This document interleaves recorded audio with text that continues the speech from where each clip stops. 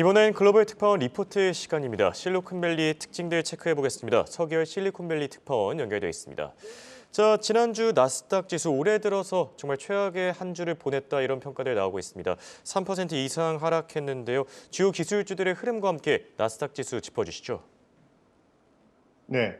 기술주 중심의 나스닥 지수는 지난 한 주 동안 3.3% 떨어지며 올 들어 가장 큰 폭의 하락률을 기록했습니다. 물가 관련 거시경제 지표가 기대한 것보다 높게 나오면서 미국 중앙은행 페드가 보다 오랫동안 높은 금리를 유지할 것이라는 우려가 부각됐기 때문입니다. 특히 지난 24일 발표된 지난달 PC 물가가 0.6% 뛰었고 소비자 지출이 1.8% 증가한 것으로 나타나면서 시장이 충격을 줬습니다. 앞서 공개된 회의록에서 페드 이사들은 인플레이션을 잡을 때까지 금리를 계속 인상할 것이라고 밝혔습니다. 높은 금리는 기술주 투자를 막는 주요 요인입니다. 주요 빅테크 기업들은 지난 한 주 동안 나스닥 지수와 비슷한 흐름을 보이며 하락을 피하지 못했습니다.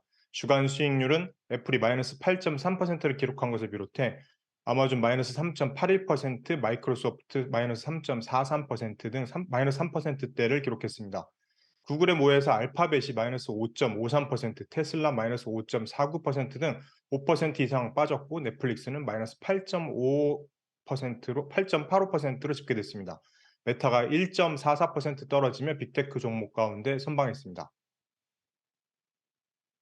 여기에 또 투자자들의 관심이 몰린 게 아무래도 테슬라의 투자자의 날이 되지 않을까 싶습니다. 이제 마스터 플랜 3도 곧 공개될 예정인데요. 어떤 내용들이 담길지 궁금합니다. 이 부분도 정리해 주시죠.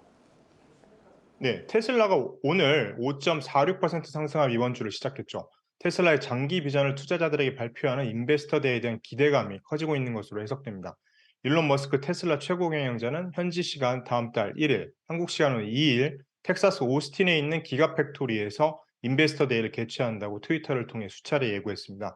앞서 머스크는 완전히 지속 가능한 에너지의 미래로 가는 길 마스터 플랜 3를 공개한다고 선언했습니다. 여기에는 테슬라뿐만 아니라 머스크가 경영하고 있는 스페이스X, 보링 컴퍼니 등도 이 장기 계획에 포함될 예정입니다.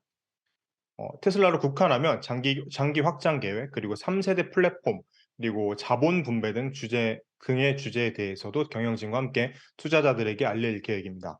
이번 마스터 플랜이 주목받는 이유는 테슬라가 지난 두 번의 마스터 플랜 발표 후 실제로 이를 실현하며 성장해 왔기 때문입니다. 2006년 첫 마스터 플랜 공개 때는 고성능 스포츠카로 번 돈으로 저렴한 전기차를 선보이겠다고 선언했죠. 이후 테슬라는 고가의 스포츠카 로드스터를 생산하던 틈새 전기차 업체에서 모델 S, 모델 3 등을 생산하고 판매하는 주류 자동차 업체로 변신했습니다.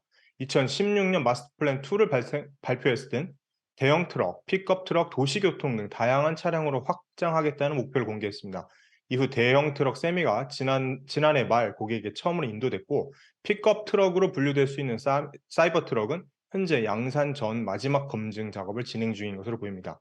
이때 오토파일럿 등 고급 운전자 지원 시스템을 개발하고 가정용 태양광 발전 사업을 구축하겠다는 계획도 발표했는데 둘 다 실행에 옮겼습니다.